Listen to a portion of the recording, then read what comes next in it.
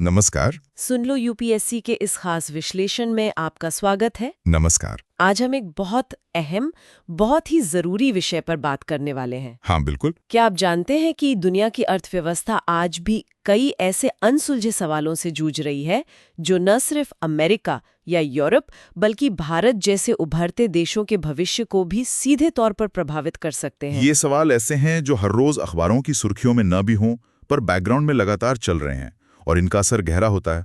बिल्कुल। और इसीलिए आज हम संजीव वर्मा की किताब के चैप्टर 38, खास तौर पर उसके सेक्शन 38.1 अनएड्रेस्ड इश्यूज यानी अनसुलझे मुद्दे का एक गहन विश्लेषण करेंगे। ये सेक्शन यूपीएससी एस्पिरेंट्स के लिए खास तौर पर महत्वपूर्ण है। हाँ, और शुरू करने से पहले ये साफ कर दें कि हमारी ये चर्चा पूरी तरह से स्रोत यानी संजीव वर्मा की किताब पर आधारित है। हम यहाँ सिर्फ जानकारी और विश्लेषण प्रस्तुत कर रहे हैं, किसी भी राजनीतिक दृष्टिकोण का समर्थन या विरोध नहीं कर रहे हैं। बिल्कुल सही। हमारा मकसद सिर्फ इन जटिल मुद्दों को समझना और समझाना है। और ये समझना क्यों जरूरी है, देखिए, जीएस पेपर 3 यानी अर्थव्यवस्था के लिहाज से इन वैश्विक मुद्दों की समझ होना अनिवार्य है। हाँ, डायरेक्ट सवाल आ सकते हैं। बिल्कुल। और सिर्फ जीएस 3 ही नहीं, निबंध लेखन में आपको एक ग्लोबल पर्सपेक्टिव मिलता है। इंटरव्यू में आप ज्यादा आत्मविश्वास से और गहराई से अपनी बात रख पाते हैं। सही कहा। ये सिर्फ अकादमिक ज्ञान नहीं है। नहीं, बिल्कुल नहीं। ये भारत की आर्थिक नीतियों को, हमारी चुनौतियों को और दुनिया में हमारे स्थान को समझने की कुंजी है। ये समझने में मदद करता है कि क्यों कुछ वैश्विक घटनाएं भारत को इस तरह प्रभावित करती है। तो श्रोताओं को आज क्या मिलने वाला है? हम वादा करते हैं कि हर मुद्दे का मतलब लाइन बाय लाइन तो नहीं कहेंगे, पर हर कंसेप्ट का विस्तृत विश्लेषण होगा। हाँ, हम कोशिश करेंगे कि मुश्किल अवधारणाओं को सरल भाषा में उदाहरणों और एनालॉजीज के जरिए समझाया जाए। में आसानी हो। और भाषा वही अपनी स्टाइल, हिंदी इंग्लिश मिक्स, ताकि सब आसानी से कनेक्ट कर सकें। हाँ, कोशिश रहेगी कि ये सेशन बोरिंग ना हो, बल्कि मजेदार और ज्ञानवर्धक हो। चलिए शुरू करते हैं फिर। तो पहला अनसुलझा मुद्दा जो किताब उठाती है, अमेरिकी डॉलर यानी यूएसडी का अंतर्राष्ट्रीय रिजर्व करेंसी बने रहना। सवाल यह है कि 2008 के वैश्विक वित्तीय संकट के बाद भी क्या यूएसडी को ये दर्जा मिलना चाहिए? ये एक बहुत बड़ा और विवादास्पद सवाल है। विकल्प की बात होती है, जैसे SDR, special drawing rights. SDR? हाँ, ये आईएमएफ वाला। जी, आईएमएफ जारी करता है इसे। ये एक तरह की बास्केट ऑफ करेंसीज पर आधारित वैश्विक आरक्षित संपत्ति है। लेकिन यहाँ एक पेच है। क्या पेच है? अगर यूएसडी को रिजर्व करेंसी के दर्जे से हटा दिया जाए तो अमेरिकी अर्थव्यवस्था पर क्या असर होगा? जबरदस्त अस्थिरता आ सकती है। और क्योंकि अमेरिकी इकोनॉमी इतनी बड़ी और दुनिया से जुड़ी हुई है, तो इसका असर पूरे दुनिया पर पड़ेगा। गंभीर आर्थिक नतीजे हो सकते हैं, व्यापार, निवेश, सब कुछ हिल सकता है। तो मतलब दुनिया एक तरह से फंसी हुई है, यूएसडी के साथ भी दिक्कत, बिना भी दिक्कत। कुछ हद तक कह सकते हैं। देखिए, रिजर्व करेंसी होने की कुछ बुनियादी शर्तें होती हैं, ये जानना जरूरी है। हाँ, क्या शर्तें हैं? पहली, कि वो करेंसी अंतर्राष्ट्रीय लेन देन में व्यापक रूप से इस्तेमाल होती हो, मतलब देश आपस में व्यापार करने के लिए उसे स्वीकार करें। ठीक है, यूएसडी तो होता है। हाँ। दूसरी, पूर्ण परिवर्तनीयता, मतलब उस करेंसी को किसी भी दूसरी करेंसी में आसानी से बिना किसी खास रोक टोक के बदला जा सके। कैपिटल अकाउंट कन्वर्टेबिलिटी जिसे कहते हैं। जी, फुल कैपिटल अकाउंट कन्वर्टेबिलिटी। तीसरी शर्त, उस करेंसी के पीछे एक मजबूत, बड़ी और विविध अर्थव्यवस्था का हाथ हो। अमेरिका की इकोनॉमी है तो बड़ी, मजबूती पे सवाल उठते रहते हैं, पर हाँ, साइज तो है। साइज और डाइवर्सिटी है। बिल्कुल। चौथी, उस करेंसी की वैश्विक स्वीकृति हो, मतलब सेंट्रल बैंक्स उसे अपने रिजर्व में रखने को तैयार हों। ओके। और पांचवी, अहम शर्त, कि उसकी एक्सचेंज रेट बाजार द्वारा निर्धारित हो, मतलब डिमांड और सप्लाई से तय हो, न कि सरकार के कंट्रोल से।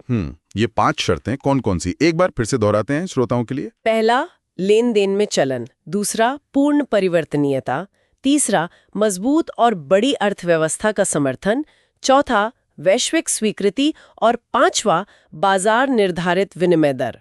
लेन देन में चलन, पूर्ण परिवर्तनीयता, मजबूत बड़ी अर्थव्यवस्था, वैश्विक स्वीकृति और बाजार निर्धारित दर, ये शर्तें याद रखनी है। बिल्कुल। अब स्रोत यानी संजीव वर्मा की किताब का तर्क ये है कि मौजूदा समय में केवल यूएसडी ही इन सभी शर्तों को पूरी तरह से या काफी हद तक पूरा करता है। अच्छा, मतलब कोई और करेंसी जैसे यूरो या युआन अभी इस लायक नहीं है? स्रोत के अनुसार अभी नहीं। उनका कहना है कि समस्या खुद करेंसी यानी डॉलर में उतनी नहीं है जितनी कि अमेरिकी अर्थव्यवस्था के अपने मुद्दों में है, जैसे उनका कर्ज, उनका फिस्कल डेफिसिट वगैरह। लेकिन इसके बावजूद डॉलर अब भी दुनिया की सबसे प्रमुख, सबसे स्वीकृत और सबसे ज्यादा इस्तेमाल होने वाली करेंसी है। इसलिए उसे हटाना प्रैक्टिकल नहीं लगता, कम से कम अभी के लिए। पर क्या ये निष्पक्ष है? मतलब पूरी दुनिया एक देश की इकोनॉमी की समस्याओं का खामियाजा भुगते? क्या ये वैश्विक हित में है कि एक ही करेंसी का दबदबा बना रहे? ये सवाल बिल्कुल जायज है और यही बहस का मुद्दा है। क्या हमें एक ज्यादा मल्टीपोलर करेंसी सिस्टम की तरफ नहीं बढ़ना चाहिए? एसडीआर को और मजबूत करने की जरूरत है या कोई और विकल्प तलाशना चाहिए? ये अनसुलझा है। बिल्कुल। और इसी से जुड़ा हुआ है दूसरा बड़ा अनसुलझा मुद्दा, यूरो का भविष्य। हाँ, यूरोजोन एक बहुत बड़ा एक्सपेरिमेंट था, ये एक कॉमन करेंसी बनाने का। लेकिन इसमें दरारें दिखने लगी, खासकर पिग्स देशों के संकट के बाद। पिग्स याद है ना? हाँ, पिग्स। पोर्चुगल, आयरलैंड, ग्रीस और स्पेन। दोहरा लीजिए, पिग्स देश। ग्रीस का संकट तो बहुत ही गहरा था। तो इन संकटों ने यूरो के भविष्य पर ही सवालिया निशान लगा दिया। बिल्कुल। और इसका असर सिर्फ यूरोजोन के देशों तक ही सीमित नहीं रहा, क्योंकि ये इकॉनमीज आपस में इतनी जुड़ी हुई हैं, बैंक्स इतने इंटरकनेक्टेड हैं, व्यापार इतना ज्यादा है कि अगर एक देश डूबता है तो उसका असर दूसरों पर भी पड़ता है। एग्जैक्टली। तो यूरोजोन में अस्थिरता का मतलब था वैश्विक अर्थव्यवस्था में अस्थिरता का खतरा। इसने कई बुनियादी सवाल खड़े कर दिए यूरो प्रोजेक्ट के बारे में। कैसे सवाल? जैसे, क्या अलग अलग साइज और विकास के स्तर वाले देश एक ही मौद्रिक नीति के तहत सफलतापूर्वक रह सकते हैं? जर्मनी जैसी मजबूत इकोनॉमी और ग्रीस जैसी कमजोर इकोनॉमी क्या एक ही साइज के जूते पहन सकते हैं? मुश्किल लगता है। वन साइज फिट्स ऑल वाली अप्रोच यहाँ काम नहीं करती शायद। बिल्कुल। फिर अलग अलग विकास दरें, कुछ देश तेजी से बढ़ रहे हैं, कुछ बहुत धीरे, उनकी जरूरतें अलग हैं। उत्पादन में क्षेत्रीय योगदान का अंतर, मतलब कुछ देश मैन्युफैक्चरिंग में आ गए, कुछ सर्विस में। हाँ। फिर एक बहुत बड़ी समस्या, श्रम गतिहीनता, लेबर मोबिलिटी। मतलब अगर स्पेन में बेरोजगारी है तो क्या वहाँ के लोग आसानी से जर्मनी जाकर काम कर सकते हैं? भाषा की बाधा, कल्चर का अंतर, नियमों का फर्क, ये सब मुश्किलें हैं। तो लेबर उतना मोबाइल नहीं है जितना एक सिंगल करेंसी एरिया में होना चाहिए। सही कहा। फिर कुछ देशों में लगातार ऊंचे अस्थिर घाटे चल रहे थे, फिस्कल डेफिसिट और करंट अकाउंट डेफिसिट। जैसे ग्रीस। हाँ। और हर देश की अपनी विकास की रणनीति अलग थी। कोई एक्सपोर्ट पर फोकस कर रहा था, कोई डोमेस्टिक कंजम्पशन पर। इन सबको एक साथ लाना एक कॉमन मॉनेटरी पॉलिसी के तहत ये बहुत चुनौतीपूर्ण साबित हुआ। तो बड़ा सवाल यही है कि यूरोप बचेगा या बिखरेगा? ये सवाल अभी भी पूरी तरह सुलझा नहीं है। हालांकि यूरो बच गया है, ईसीबी और बाकी इंस्टीट्यूशंस ने काफ़ी कुछ किया है, लेकिन वो बुनियादी सवाल जो उठे थे वो कहीं ना कहीं अब भी मौजूद हैं। और ये एकीकृत मुद्रा यानी कॉमन करेंसी के पूरे विचार पर ही एक सवालिया निशान लगाता है। वाकई, मतलब एक महत्वाकांक्षी प्रोजेक्ट पर चुनौतियां बहुत ज़्यादा। चलिए अब तीसरे मुद्दे पर आते हैं जो अमेरिका से जुड़ा है। Quantitative easing, QE। ये क्या बला थी? हाँ, QE ये भी 2008 के संकट के बाद काफी चर्चा में आया। देखिए, जब आर्थिक मंदी आती है तो सेंट्रल बैंक क्या करता है? वो ब्याज दरें कम करता है ताकि लोग और कंपनियां सस्ता लोन लेकर खर्च करें, निवेश करें और अर्थव्यवस्था पटरी पर लौटें। हाँ, ये तो स्टैंडर्ड तरीका है। लेकिन 2008-9 में अमेरिका में ब्याज दरें घटाते घटाते लगभग 0 पर पहुंच गईं। 0% इंटरेस्ट रेट। अब इससे नीचे कहाँ जाते? सही बात है, 0 से नीचे तो नहीं जा सकते थे उस वक्त। तो अब अर्थव्यवस्था को और सहारा देने के लिए क्या करें? तब फेडरल रिजर्व यानी अमेरिका का सेंट्रल बैंक एक अनकन्वेंशनल तरीका लेकर आया, क्वांटिटेटिव ईजिंग, QE। क्या था ये तरीका? इसमें सेंट्रल बैंक ने सीधे बाजार से बड़े पैमाने पर सरकारी बॉन्ड्स और दूसरी सिक्योरिटीज खरीदना शुरू कर दिया। मतलब सिस्टम में सीधे पैसा इंजेक्ट करना। इसे QE राउंड 1, फिर राउंड 2, राउंड 3 ऐसे कई चरणों में किया गया। ओके, तो बेसिकली इकोनॉमी में लिक्विडिटी यानी पैसा झोंकना। बिल्कुल। लेकिन इसका एक बड़ा साइड इफेक्ट हुआ, खासकर भारत जैसी उभरती अर्थव्यवस्थाओं पर। क्या साइड इफेक्ट? जब अमेरिका में इतना सारा सस्ता पैसा उपलब्ध हो गया और वहां इंटरेस्ट रेट्स लगभग 0 थे, तो निवेशकों ने सोचा कि यहाँ पैसा रखने से तो कोई रिटर्न मिलेगा नहीं, चलो इस पैसे को कहीं और लगाते हैं जहां ज्यादा रिटर्न मिले। और वो जगह थी उभरती अर्थव्यवस्थाएं, जैसे भारत, ब्राजील, इंडोनेशिया। एग्जैक्टली। तो भारी मात्रा में विदेशी पूंजी, फॉरेन कैपिटल इन देशों में आने लगी, डॉलर्स का फ्लो बढ़ गया। अच्छा, तो ये तो अच्छी बात होनी चाहिए, फॉरेन इन्वेस्टमेंट आया। शॉर्ट टर्म में अच्छा लगा, लेकिन इसके नुकसान भी हुए। जब किसी देश में अचानक बहुत सारा डॉलर आ जाता है तो उसकी अपनी करेंसी मजबूत होने लगती है। रुपया अप्रिशिएट कर गया। रुपया मजबूत हुआ तो मतलब हमारा इंपोर्ट सस्ता हो गया होगा। हाँ, इंपोर्ट सस्ता हुआ लेकिन एक्सपोर्ट महंगा हो गया। भारतीय सामान विदेशी बाजारों में महंगा लगने लगा, जिससे हमारे निर्यातकों को नुकसान हुआ। उनकी कॉम्पिटिटिवनेस कम हो गई। तो ये तो उल्टा पड़ गया। हाँ, और इसी वजह से करेंसी वॉर का खतरा पैदा हो गया। करेंसी वॉर ये क्या है? मतलब जब एक देश अपनी इकोनॉमी को बूस्ट करने के लिए अपनी करेंसी को जानबूझकर कमजोर करता है, जैसे QE से अप्रत्यक्ष रूप से हुआ, तो दूसरे देश भी जवाबी कार्रवाई में अपनी करेंसी को कमजोर करने की कोशिश कर सकते हैं ताकि उनके एक्सपोर्ट्स बने रहें। एक तरह की होड़ लग जाती है करेंसी को डीवैल्यू करने की। ये ग्लोबल ट्रेड के लिए अच्छा नहीं है। बाप रे, मतलब QE के अनपेक्षित परिणाम भी थे। बिल्कुल, और इसने बाजार निर्धारित विनिमय दरों की प्रासंगिकता पर भी सवाल उठाया। अगर एक बड़ा देश इस तरह से लिक्विडिटी इंजेक्ट कर रहा है जिससे करेंसी रेट्स प्रभावित हो रहे हैं, तो क्या ये सच में मार्केट डिटरमिन्ड है? सोचने वाली बात है। और आपने कैरी ट्रेड्स का जिक्र किया था, वो क्या है? हाँ, कैरी ट्रेड्स ये QE का एक और नतीजा था। इसका मतलब है जहां ब्याज दरें बहुत कम है, जैसे उस समय अमेरिका में, वहां से सस्ता उधार लेना, जैसे 0% पर या बहुत कम रेट पर डॉलर लोन लेना। बिल्कुल, और उस पैसे को उन देशों में निवेश करना जहां ब्याज दरें या रिटर्न काफी ज्यादा हैं, जैसे भारत या ब्राजील के बॉन्ड्स में या स्टॉक मार्केट में। अच्छा, तो कम ब्याज पर उधार लो और ज्यादा ब्याज पर लगा दो, बीच का डिफरेंस आपकी कमाई। हाँ, यही है कैरी ट्रेड। सुनने में बड़ा अच्छा लगता है, पर यह बहुत जोखिम भरा है। जोखिम भरा क्यों? देखिए, ये जो पैसा आता है इसे हॉट मनी भी कहते हैं। ये सिर्फ हाई रिटर्न की तलाश में आता है। जैसे ही अमेरिका में हालात सुधरने लगते हैं या ब्याज दरें बढ़ने का संकेत मिलता है, ये पैसा उतनी ही तेजी से वापस भी चला जाता है। ओह, तो अचानक से कैपिटल आउटफ्लो हो जाता है। हाँ, और जब ये पैसा अचानक निकलता है तो उस देश की करेंसी तेजी से गिरती है, स्टॉक मार्केट क्रैश हो सकता है, पूरी इकोनॉमी अस्थिर हो सकती है। ये उभरते बाजारों के लिए एक बड़ा खतरा है, एसिड बबल बनने का और फिर उसके फटने का। और ये अमेरिका के लिए भी जोखिम भरा है। हाँ, क्योंकि अगर उभरते बाजारों में कोई संकट आता है जहां अमेरिकी निवेशकों का पैसा लगा है, तो उसका असर वापस अमेरिकी वित्तीय प्रणाली पर भी पड़ सकता है। इसकी कोई एनालॉजी दे सकते हैं समझने के लिए? हाँ, सोचिए जैसे कोई व्यक्ति पर्सनल लोन ले जिसका ब्याज कम हो और उस सारे पैसे को शेयर बाजार के सट्टे में लगा दे, ज्यादा रिटर्न की उम्मीद में। अगर बाजार चढ़ा तो ठीक, पर अगर गिरा तो वो लोन कैसे चुकाएगा? समझ गया, मतलब लेवरेज लेकर रिस्की बेट लगाना। QE ने इसे हवा दी। बिल्कुल। तो ये तीसरा बड़ा अनसुलझा मुद्दा था। अब आते हैं चौथे मुद्दे पर। ये चीन से जुड़ा है, दुनिया की दूसरी सबसे बड़ी अर्थव्यवस्था, ग्लोबल ट्रेड में जिसका बहुत बड़ा हिस्सा है। हाँ, चीन। और मुद्दा है उनका अपनी मुद्रा युआन या रेनमिनबी को पेग्ड एक्सचेंज रेट पर रखना जारी रखना। पेग्ड एक्सचेंज रेट मतलब फिक्स्ड रेट, बाजार तय नहीं करता। मोटे तौर पर हाँ। देखिए, दो तरह के प्रमुख एक्सचेंज रेट सिस्टम होते हैं। फ्लोटिंग, जहां करेंसी का मूल्य डिमांड और सप्लाई के आधार पर बाजार में तय होता है, जैसे डॉलर, यूरो या रुपया। मैनेज्ड फ्लोट है वैसे हमारा।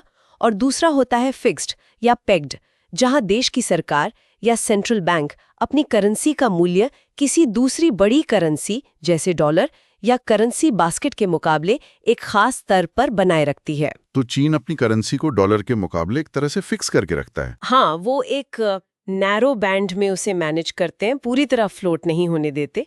वो ये सुनिश्चित करते हैं कि युआन डॉलर के मुकाबले एक खास लेवल से ज्यादा मजबूत ना हो पाए। लेकिन क्यों, वैसा क्यों करते हैं? ताकि उनका एक्सपोर्ट सस्ता बना रहे। अगर युआन मजबूत होगा तो चीनी सामान दुनिया के बाजारों में महंगा हो जाएगा। अपनी करेंसी को आर्टिफिशियली कमजोर रखकर वो अपने निर्यातकों को एक अनुचित लाभ देते हैं। ओह, तो ये एक तरह से ट्रेड में चीटिंग हुई। कई देश इसे इसी तरह देखते हैं। अमेरिका और यूरोप चीन पर लगातार दबाव डालते रहे हैं कि वो अपनी करेंसी को फ्लोट करने दें, उसे मार्केट के हिसाब से चलने दें। लेकिन चीन अपनी आर्थिक रणनीति के तहत ऐसा करने से हिचकिचाता रहा है। इसके परिणाम क्या होते हैं? सबसे बड़ा परिणाम है विश्व व्यापार में विकृति, डिस्टॉर्शन, जब एक इतनी बड़ी इकोनॉमी अपनी करेंसी को अंडर वैल्यूड रखती है तो ग्लोबल ट्रेड पैटर्न प्रभावित होते हैं। चीन का एक्सपोर्ट बढ़ता है और उसका इंपोर्ट तुलनात्मक रूप से महंगा रहता है, जिससे बड़े पैमाने पर ट्रेड सरप्लस जमा होता है चीन के पास। और दूसरे देशों को ट्रेड डेफिसिट झेलना पड़ता है चीन के साथ। बिल्कुल, ये वैश्विक व्यापार असंतुलन को बढ़ाता है, जो किसी के भी हित में नहीं है लॉन्ग टर्म। हाँ। ये निष्पक्ष प्रतिस्पर्धा यानी फेयर कंपटीशन के खिलाफ है। तो ये चौथा मुद्दा भी काफी गंभीर है, चीन का pegged exchange rate. Pegged exchange rate. अब आते हैं पांचवें अनसुलझे मुद्दे पर। यह फिर से अमेरिका से जुड़ा है, क्रेडिट कार्ड कर्ज का संकट, प्लास्टिक मनी का बढ़ता चलन। हाँ, ये एक टिक टिक करते टाइम बम की तरह है, ऐसा स्रोत का मानना है। अमेरिका में क्रेडिट कार्ड का इस्तेमाल बहुत ज्यादा है और वहाँ क्रेडिट कार्ड का बाजार बहुत विशाल है। कितना विशाल, कोई अंदाजा? किताब के अनुसार ये बाजार USD 3 ट्रिलियन से ज्यादा का है। 3 trillion dollars, 3 trillion US dollars. बाप रे, ये तो बहुत ही बड़ा आंकड़ा है। तुलना के लिए वो जो 2008 का सबप्राइम संकट था, वो कितना बड़ा था? वो सब प्राइम मॉर्गेज मार्केट जो संकट का केंद्र था, वो लगभग USD 1.3 ट्रिलियन का था। 1.3 ट्रिलियन। तो ये क्रेडिट कार्ड वाला मार्केट उससे दोगुने से भी ज्यादा बड़ा है। एग्जैक्टली, यही चिंता की बात है। लोग अपनी क्षमता से ज्यादा खर्च कर रहे हैं क्रेडिट कार्ड्स पर, और अगर अर्थव्यवस्था में कोई झटका लगता है, बेरोजगारी बढ़ती है, तो क्या होगा? लोग अपना क्रेडिट कार्ड का बिल नहीं चुका पाएंगे, डिफॉल्ट करेंगे। और अगर ये डिफॉल्ट बड़े पैमाने पर होते हैं, जैसा सब प्राइम संकट में हुआ था मॉर्गेज के साथ, तो ये अमेरिकी बैंकों के लिए और फिर पूरी अमेरिकी और वैश्विक वित्तीय प्रणाली के लिए एक बहुत बड़ा संकट खड़ा कर सकता है। मतलब सब प्राइम से भी बड़ा संकट आ सकता है। संभावना तो है, क्योंकि साइज इतना बड़ा है। ये एक ऐसा जोखिम है जिस पर शायद उतना ध्यान नहीं दिया जा रहा जितना दिया जाना चाहिए। ये वाकई चिंताजनक है। पूरी वित्तीय प्रणाली ठप पड़ सकती है अगर इतने बड़े पैमाने पर डिफॉल्ट्स हों। डरावना है ये तो। अच्छा, छठा मुद्दा, ये थोड़ा अलग है, विकसित देशों में एजिंग वर्कफोर्स। हाँ, ये एक डेमोग्राफिक मुद्दा है जिसके एक गंभीर वित्तीय परिणाम है, खासकर अमेरिका, यूरोप के कई देशों और जापान में। क्या हो रहा है इन देशों में? वहाँ जन्म दर कम हो रही है और लोग ज्यादा लंबा जी रहे हैं। नतीजा, काम करने वाली उम्र की आबादी, वर्कफोर्स का हिस्सा कम हो रहा है और बूढ़ी रिटायर्ड लोगों का हिस्सा बढ़ रहा है। वर्कफोर्स एज कर रहा है, बूढ़ा हो रहा है। इसका वित्तीय असर कैसे पड़ता है? देखिए, जब ज्यादा लोग रिटायर होते हैं तो सरकार को उन्हें सोशल सिक्योरिटी जैसे पेंशन, स्वास्थ्य सुविधाएं देनी पड़ती है। इसका खर्चा बढ़ता जाता है। हाँ, पेंशन और हेल्थ केयर का बिल बढ़ेगा। और दूसरी तरफ काम करने वाले लोग कम हो रहे हैं तो टैक्स देने वाले भी कम हो रहे हैं, तो सरकार की आमदनी कम हो रही है या धीरे बढ़ रही है, लेकिन खर्चे तेजी से बढ़ रहे हैं। ओह, आमदनी अठन्नी खर्चा रुपया वाली बात हो गई। बिल्कुल। और इससे सरकारों पर अनफंडेड लाइबिलिटीज का बोझ बढ़ रहा है। अनफंडेड लाइबिलिटीज, ये क्या होता है? इसका मतलब है भविष्य के वो वादे या देनदारियां, जैसे पेंशन देना, जिनके लिए सरकार ने अभी से पर्याप्त पैसा अलग बचाकर नहीं रखा है।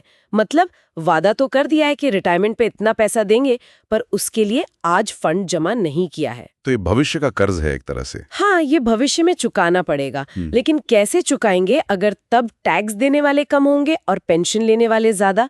ये सरकारों के बजट पर भारी दबाव डालता है। और इसके क्या परिणाम हो सकते हैं? ये सरकारों को भारी कर्ज लेने पर मजबूर कर सकता है, या फिर उन्हें अपने वादों से मुकरना पड़ सकता है, जैसे पेंशन कम करना, या फिर टैक्स बहुत ज्यादा बढ़ाने पड़ सकते हैं। ये सब सामाजिक और राजनीतिक अस्थिरता पैदा कर सकता है। क्या इसका कोई उदाहरण है? स्रोत इशारा करता है कि ग्रीस और आयरलैंड जैसे देशों में जो वित्तीय संकट आए, उनके पीछे कहीं न कहीं ये डेमोग्राफिक दबाव और अनफंडेड लाइबिलिटीज भी एक कारण थे। तो ये विकसित देशों के लिए एक धीमी गति से बढ़ता हुआ संकट है। एजिंग वर्कफोर्स और अनफंडेड लायबिलिटीज, ये था छठा मुद्दा। अब सातवां और आखिरी अनसुलझा मुद्दा इस सेक्शन में, वो है विकसित देशों में कर्ज का बहुत ऊंचा स्तर, हाई डेट लेवल्स। हमने अभी एजिंग वर्कफोर्स के संदर्भ में कर्ज की बात की, पर ये उससे भी व्यापक मुद्दा है। हाँ, ये ओवरऑल सरकारी कर्ज की बात है। अमेरिका का उदाहरण लीजिए, वहाँ सरकार का कुल कर्ज उसकी GDP के 100% से भी ज्यादा हो चुका है, 100% ऑफ GDP। 100% से भी ज्यादा, मतलब देश एक साल में जितना कमाता है उससे ज्यादा उस पर कर्ज है। जी हाँ, और सिर्फ अमेरिका ही नहीं, UK, जापान, इटली, कई यूरोपीय देशों में सरकारी कर्ज का स्तर बहुत ऊंचा है।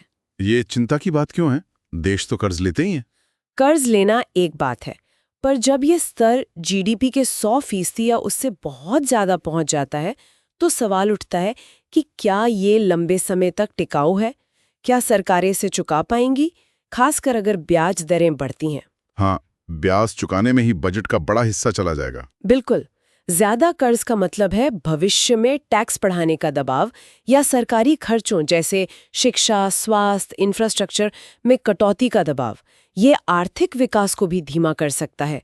और अगर निवेशक ये मानने लगें कि देश अपना कर्ज नहीं चुका पाएगा, तो वो उस देश के बॉन्ड्स बेचना शुरू कर सकते हैं, जिससे संकट और गहरा सकता है। तो क्या ये सिर्फ विकसित देशों की समस्या है? उभरती अर्थव्यवस्थाओं का क्या हाल है? भारत का? उभरती अर्थव्यवस्थाओं पर भी कर्ज है और भारत पर भी कर्ज का स्तर काफी है, कम नहीं है। लेकिन विकसित देशों की तुलना में, खासकर अमेरिका, जापान की तुलना में शायद स्थिति उतनी भयावह न हो। पर हाँ, हमारे लिए भी कर्ज एक चुनौती है जिस पर ध्यान देना जरूरी है। तो ये 7 बड़े अनसुलझे मुद्दे हैं जो किताब गिनाती है। USD, euro, QE, China peg, US credit debt, ageing workforce और high debt in developed countries. हाँ, और ये सब कहीं न कहीं आपस में जुड़े हुए भी हैं। बिल्कुल। तो कुल मिलाकर तस्वीर क्या उभरती है? वैश्विक अर्थव्यवस्था कहाँ खड़ी है? एक चौराहे पर खड़ी है। बहुत अनिश्चितता है, अस्थिरता है और कई बड़े सवाल हैं जिनके जवाब साफ नहीं है। ऐसा लगता है कि ग्लोबल इकोनॉमी एक संक्रमण के दौर से गुजर रही है। कोई रोशनी की किरण, कुछ निश्चित बातें हैं? स्रोत के अनुसार 2 बातें ज्यादा निश्चित लगती हैं। पहली, वैश्विक अर्थव्यवस्था में शक्ति का संतुलन बदल रहा है। उभरती हुई अर्थव्यवस्थाएं, खासकर एशिया की, अब ज्यादा महत्वपूर्ण भूमिका निभा रही हैं। उनका योगदान बढ़ रहा है, जैसे चीन और भारत। हाँ। और दूसरी निश्चित बात ये लगती है कि भविष्य जो है वो एक तरफा नहीं होगा। वो बहुपक्षीय व्यापार और सहयोग का होगा, मल्टीलैटरलिज्म। ग्लोबलाइजेशन शायद धीमा हो, उसका रूप बदले, लेकिन दुनिया इतनी जुड़ चुकी है कि देश अलग थलग होकर नहीं रह सकते। ये तो हुई 2 निश्चित बातें, लेकिन हाल फिलहाल की एक चिंताजनक प्रवृत्ति भी है जिसका जिक्र किताब करती है। हाँ, और वो ये है कि जब विकसित देशों, खासकर अमेरिका और यूरोप में आर्थिक सुधार होता है, रिकवरी होती है, तो उसका उल्टा असर उभरते बाजारों जैसे भारत पर पड़ सकता है। ये कैसे? ये तो अजीब बात है। उनकी रिकवरी से हमें नुकसान क्यों? इसकी क्रियाविधि, मैकेनिज्म, वही क्यूई से जुड़ा है। जब अमेरिकी इकोनॉमी सुधरने लगती है, तो वहां का central bank, federal reserve, QE को वापस लेना शुरू करता है, जिसे टेपरिंग कहते हैं, और धीरे धीरे ब्याज दरें बढ़ाने लगता है। हाँ, ताकि इकोनॉमी ओवरहीट ना हो जाए। लेकिन जब अमेरिका में ब्याज दरें बढ़ने लगती हैं, तो जो हॉट मनी कैरी ट्रेड्स के जरिए भारत जैसे देशों में आई थी, वो वापस अमेरिका जाने लगती है, क्योंकि अब वहां भी अच्छा रिटर्न मिलने लगता है और वो ज्यादा सुरक्षित भी माना जाता है। ओह, तो कैपिटल आउटफ्लो फिर से शुरू हो जाता है। एग्जैक्टली। पूंजी का प्रवाह उल्टा हो जाता है। डॉलर्स भारत से बाहर जाने लगते हैं, और जब डॉलर्स बाहर जाते हैं तो रुपए पर दबाव पड़ता है और उसका मूल्य गिरने लगता है, डिप्रिशिएट होता है। तो मतलब जब वो क्यूई कर रहे थे तब हमारी करेंसी मजबूत हो रही थी और एक्सपोर्ट को नुकसान हो रहा था, और जब वो क्यूई वापस ले रहे हैं तब हमारी करेंसी कमजोर हो रही है, जिससे इंपोर्ट महंगा हो रहा है और इन्फ्लेशन का खतरा बढ़ रहा है। बिल्कुल, यही दुविधा है। पहले चिंता थी कि उनमें सुधार क्यों नहीं हो रहा, अब चिंता है कि उनके सुधार का असर हम पर नकारात्मक क्यों पड़ रहा है। ये दिखाता है कि दुनिया कितनी इंटरकनेक्टेड है। भारत की चिंताएं वास्तविक हैं। बहुत वास्तविक। इसीलिए भारत जैसे देश हमेशा कहते हैं कि विकसित देशों को अपनी मॉनेटरी पॉलिसी से बाहर निकलते समय, यानी क्यूई वापस लेते समय, हम जैसे देशों पर पड़ने वाले असर का भी ध्यान रखना चाहिए। ये वापसी धीरे धीरे, नपीतुली और पूर्वानुमेय यानी प्रिडिक्टेबल होनी चाहिए, ताकि उनके यहाँ सुधार भी हो और उभरते बाजारों में अचानक से अस्थिरता न पैदा हो। ये बहुत ही महत्वपूर्ण बिंदु है। तो ये था पूरा विश्लेषण सेक्शन 38.1 का।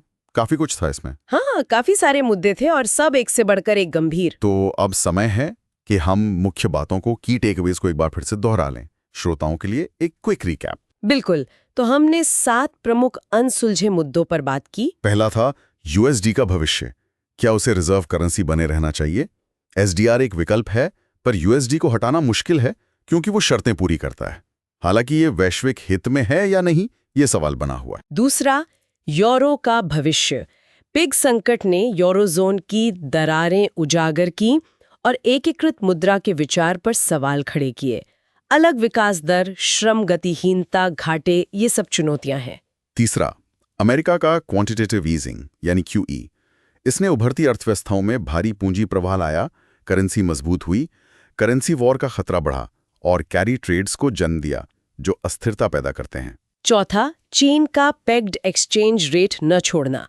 ये वैश्विक व्यापार में विकृति लाता है, निर्यात को अनुचित लाभ देता है और व्यापार असंतुलन बढ़ाता है। पांचवां, अमेरिका में बढ़ता क्रेडिट कार्ड कर्ज का संकट। ये $3 ट्रिलियन का विशाल बाजार सब प्राइम $1.3 ट्रिलियन से भी बड़ा है और बड़े पैमाने पर डिफॉल्ट का जोखिम रखता है, जो वित्तीय प्रणाली को ठप कर सकता है। छठा, विकसित देशों US, यूरोप, जापान में एजिंग वर्कफोर्स। इससे बढ़ती सामाजिक सुरक्षा और पेंशन देनदारियां यानी अनफंडेड लाइबिलिटीज पैदा हो रही हैं, जो भविष्य के वित्तीय संकट का बीज बो सकती हैं। और सातवां, इन्हीं विकसित देशों में कर्ज का अत्यधिक ऊंचा स्तर, जैसे अमेरिका में GDP का 100% से ज्यादा। क्या ये टिकाऊ है? ये एक बड़ा सवाल है। हाँ, और ये सारे मुद्दे आपस में जुड़े हुए हैं, एक का असर दूसरे पर पड़ता है। ये एक बहुत ही कॉम्प्लेक्स और अनिश्चित वैश्विक तस्वीर पेश करते हैं। लेकिन दो निश्चित रुझान भी याद रखने हैं। पहला, उभरते बाजारों की बढ़ती भूमिका और महत्व, और दूसरा, भविष्य बहुपक्षीय व्यापार और सहयोग का है, एक तरफा नहीं। और हालिया चिंता, QE की वापसी का उभरते बाजारों पर पड़ने वाला असर, पूंजी का बाहर जाना, करेंसी का कमजोर होना। जी, ये दुविधा बनी हुई है। तो ये थे मुख्य बिंदु। मुझे लगता है ये मुद्दे इतने जटिल और महत्वपूर्ण हैं कि इन्हें ठीक से समझने और याद रखने के लिए श्रोताओं को इसे दोबारा सुनने पर विचार करना चाहिए। मैं पूरी तरह सहमत हूँ। एक बार सुनने से शायद सारी बातें पकड़ में ना आए, दोबारा सुनने से कॉन्सेप्ट और क्लियर होंगे और चीजें याद रहेंगी। और इसका फायदा कहाँ मिलेगा? सीधा फायदा UPSC मेंस के GS पेपर 3 अर्थव्यवस्था में मिलेगा। आप वैश्विक मुद्दों को भारतीय संदर्भ से जोड़कर बेहतर उत्तर लिख पाएंगे। निबंध में भी काम आएगा? बिल्कुल। निबंध में अक्सर ऐसे विषय आते हैं जहां आपको एक व्यापक वैश्विक दृष्टिकोण प्रस्तुत करना होता है। ये समझ आपको वहां बहुत मदद करेगी। और इंटरव्यू में तो ये सोने पे सुहागा है।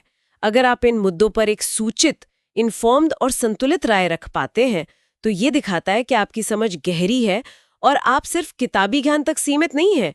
आप वैश्विक परिप्रेक्ष्य में भारत की आर्थिक चुनौतियों और नीतिगत प्रतिक्रियाओं को समझ पा रहे हैं। सही बात है।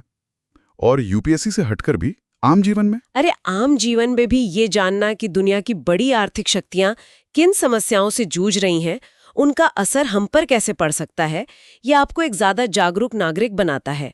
फाइनेंशियल न्यूज समझना आसान हो जाता है। बिल्कुल। तो ये था हमारा आज का गहरा विश्लेषण संजीव वर्मा की किताब के चैप्टर 38.1 पर। उम्मीद है श्रोताओं को इससे लाभ मिला होगा। और अगर आपको ये विश्लेषण उपयोगी लगा, जानकारीपूर्ण लगा और हाँ, मजेदार भी लगा, तो कृपया सनलो UPSC YouTube चैनल को लाइक करें, इस वीडियो को अपने दोस्तों के साथ शेयर करें जो तैयारी कर रहे हैं। और आपके मन में कोई सवाल है, कोई डाउट है, या आप किसी और टॉपिक पर ऐसा ही विश्लेषण चाहते हैं, तो नीचे कमेंट्स में जरूर लिखें। हम पढ़ते हैं और जवाब देने की कोशिश करते हैं। और सबसे जरूरी बात, अगर आपने अब तक सब्सक्राइब नहीं किया है तो अभी कर लें और बेल आइकॉन दबा दें, ताकि हमारा कोई भी नया एपिसोड आप मिस न करें। आपकी तैयारी के इस महत्वपूर्ण सफर में हम आपके साथ हैं। अगले एपिसोड में फिर मुलाकात होगी एक नए टॉपिक के साथ। तब तक के लिए पढ़ते रहिए, सीखते रहिए। नमस्कार।